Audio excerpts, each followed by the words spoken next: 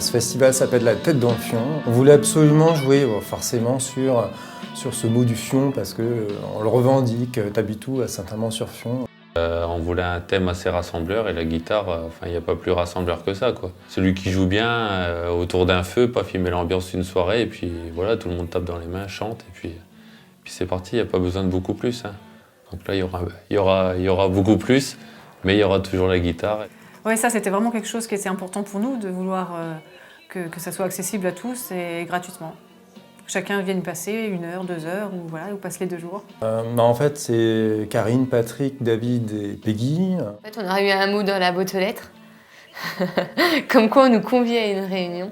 Une proposition de venir faire le challenge un peu tous ensemble. L'idée était très intéressante. On a sollicité quelques couples d'amis. Et c'est lors de cette réunion qu'ils nous ont proposé de monter un festival. Au départ, c'était faire plaisir aux autres.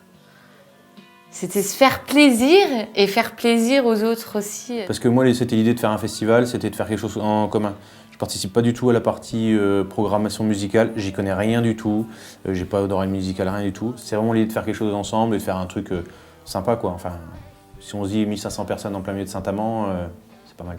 Ce qu'on veut, c'est toucher différents thèmes culturels, différents arts, que ce soit la danse, la peinture, les arts du cirque, la photographie. On a écrit parfois festival musical, mais pas que, parce que c'est pas que de la musique.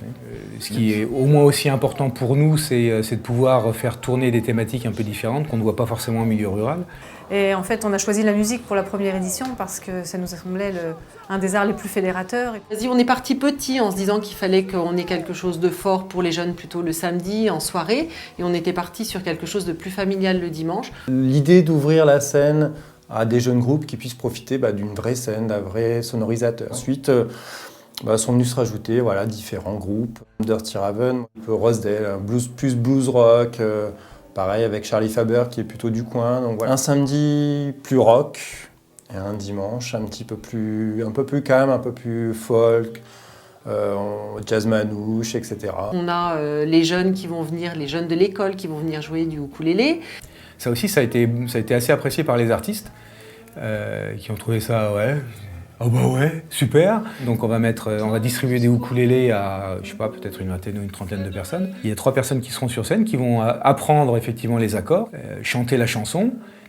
Et puis on va essayer de jouer, ça va faire un peu de bruit, mais c'est le côté sympathique. Ensuite, à l'issue de ce cours-là, il y a l'école de Saint-Amand qui a un petit groupe d'une dizaine d'enfants entre le CP et le CE2 qui viendront avec leur incit. Et puis ensuite, il y aura une scène ouverte où ceux qui sont un peu plus expérimentés sur le ukulélé vont pouvoir montrer ce qu'ils savent faire. Ou pas, parce que c'est vrai que s'il y a du monde, ça va être un peu impressionnant quand même. Ça mélange bien les professionnels, les non-professionnels, le public, les scolaires. C'est l'esprit qu'on veut donner à ce festival pour pas que ça soit... on veut pas que ce soit complètement formaté que des pros. Il est vraiment pour tout le monde ce festival, oui. Parce que je pense que l'ambiance elle est là, la difficulté, la première, ce sera la première année. C'est là où on imagine tout. Il n'y a personne qui en a déjà fait avant, de A à Z.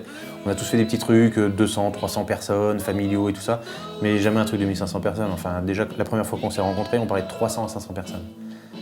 Là, on parle de 1500. Je suis la seule à avoir été distribuer les prospectus pour la première fois à Carrefour de Star. Et je pense qu'on va avoir beaucoup de monde. Moi déjà, ils ont adoré le nom de l'association, La Tête dans le Fion. Déjà, ça a fait rire tout le monde. Même les plus jeunes, ils me voyaient avec le t-shirt. Non mais le Fion, c'est quoi ça? Je dis mais vous connaissez pas Saint-Amand-sur-Fion? Et en fait, les gens ne connaissent pas Saint-Amand-sur-Fion. Quand je leur ai posé la question, en fait, c'était ma phrase d'accroche. Vous connaissez Saint-Amand-sur-Fion? Non. Alors j'expliquais où ça se situait. Et après, je leur disais, voilà, on fait un festival, c'est gratuit cette année, c'est sur le thème de la guitare. Ok. Et ce qu'on m'a beaucoup répondu, c'est est-ce qu'il y aura de la bière? J'ai dit oui. Alors il y en a, ils m'ont dit, on peut camper et tout ça. Je sais, oui, il y a mon jardin. Après, on n'est pas à ça près, hein. On peut venir, hein. Ne vous inquiétez pas, c'est sur 2 jours. On fera la fête, quoi. J'avais 1000 tracts et les 1000 tracts, ils sont passés. Et je pense que j'en aurais eu plus, j'aurais pu en distribuer plus. Je suis ressortie de Carrefour de Sargue et en fait, j'ai pas vu un seul flyer par terre de ce que j'avais déjà distribué. Donc je pense que ça a intéressé du monde. On sent qu'il y a un engouement. Alors le nom y est pour quelque chose. C'est vrai que le nom est festif. Je reçois encore maintenant, j'en ai encore reçu un aujourd'hui, des emails de personnes qui se proposent pour faire partie de la programmation. Et on a des groupes qui se sont proposés pour participer gratuitement en disant nous on veut venir parce que on veut faire tous les premiers festivals parce qu'il y a une ambiance particulière, très voilà, c'est pas la grosse organisation, c'est imparfait, mais par contre, il y a une ambiance très, très spéciale. On pourrait faire on pourrait faire 4 jours là, dès maintenant, à Saint-Amand, depuis des années, depuis les années 30 pratiquement.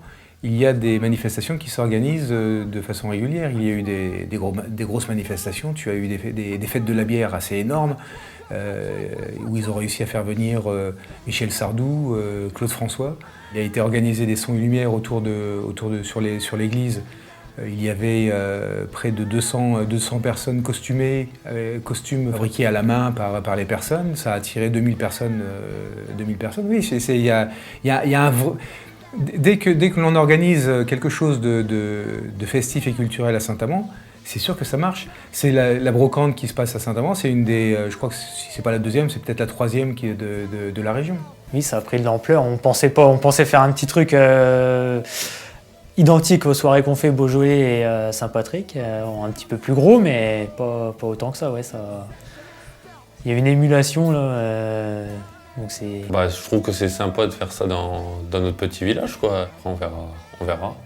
C'est un peu la surprise, quoi. Et je suis surpris en fait que des gens participent à un système de crowdfunding là pour un festival, quoi, parce que finalement on crée que de l'activité humaine. Et ça paraît surprenant finalement de faire de l'investissement dans l'activité humaine. C'est génial, c'est vraiment en fait je trouve ça incroyable. On n'est pas là pour faire un bénéfice et à partir de là, je pense que les gens ils sont plus généreux en fait vers ceux qui veulent créer pour les autres, pour la communauté, que pour soi, quoi. Si c'était quelque chose qui nous enrichissait personnellement, je pense pas qu'on aurait autant. On est plus dans la démarche de chercher de l'argent, de faire appel à des mécènes, de faire appel aussi à des dons particuliers. On est content mais malgré tout surpris de voir autant de sponsors, ce qui prouve qu'il y a quand même bien il y a bien quelque chose qui se passe autour, parce qu'une quarantaine de sponsors, c'est beaucoup, quoi. Oui, alors peut-être aussi le fait que le festival soit entièrement gratuit, je sais pas, peut-être que ça donne envie aux artisans, aux petites entreprises, aux commerçants du coin de participer. Le dernier sponsor, il est assez surprenant, hein, c'est un duo de Balmusette, oui, qui vient sponsoriser notre festival. Mais voilà, il y a des tas de choses comme ça qui se passent, qui sont surprenantes, c'est pour ça qu'on s'accroche, quoi. On a encore besoin de mécènes. On continue nos démarches, on démarche énormément d'artisans, de commerçants, d'entreprises. On a également un site qui s'appelle Hello Asso qui permet de faire appel cette fois-ci aux particuliers qui veulent bien, en échange de contrepartie, faire des versements pour qu'on puisse financer. Voilà, on a des financements de communes, on a des financements du pays Vitria. On a besoin aussi d'avoir un coup de pouce. Voilà. On a besoin de bénévoles pour le jour de la manifestation, nous aider à la buvette. Venez nous aider, on a besoin de vous. Dans la bonne ambiance, la bonne humeur. Là, on voit que tout s'accélère, on se voit toutes les semaines. Il y a énormément de choses à gérer, plus ce qu'on va découvrir le jour J qu'on n'aura pas pensé. Les imprévus, et ouais, c'est... Chacun a des compétences, donc on se fait confiance mutuellement, quoi. On sait pas du tout où on va. Mais c'est pas grave, hein, c'est ça, hein, la folie du truc. Après, les autres auront sûrement des idées et puis il faudra les suivre. Ça se trouve, on va complètement se planter, mais on est déjà content d'organiser quelque chose ici. Et on est tous dans la même optique et ça va fonctionner. Et... Ah non, je pense qu'une fois qu'on sera dans l'ambiance, qu'on sera dans le show, là, l'adrénaline sera là et il faudra pas se louper, il faudra pas merder, quoi. Parce que les gens, on espère, seront là en nombre et puis il faudra leur donner ce qu'ils sont venus chercher, quoi, de la musique et puis de la bière. Et puis voilà, c'est ça un festival. Une bonne ambiance et puis voilà, non, j'espère qu'on va assurer. Il y aura du monde. On n'a pas, voilà, de prétention, surtout la première année, on ne sait pas trop voilà, combien de personnes on peut toucher, donc on avait cette idée aussi de, voilà, de gratuité, d'universalité de la culture aussi. Je pense que c'est important d'offrir la culture à tout le monde. C'est vrai que d'un seul coup, tu dis, ouais, dans notre petit village, un festival avec des musiciens qui viennent de l'extérieur, une scène un peu étoffée, oui, ça donne envie. Hein. L'important, c'était d'avoir un groupe convivial, d'avoir plaisir à se retrouver et à construire quelque chose ensemble. C'est le festival de la tête dans le fion. La tête dans le fion, c'est pas un festival de musique. Ce n'est pas qu'un festival de musique. Le 17 et 18 juin, festival de la tête dans le fion, c'était l'expression de la tête qu'on va avoir le lendemain de ce festival, fort probablement. Voilà.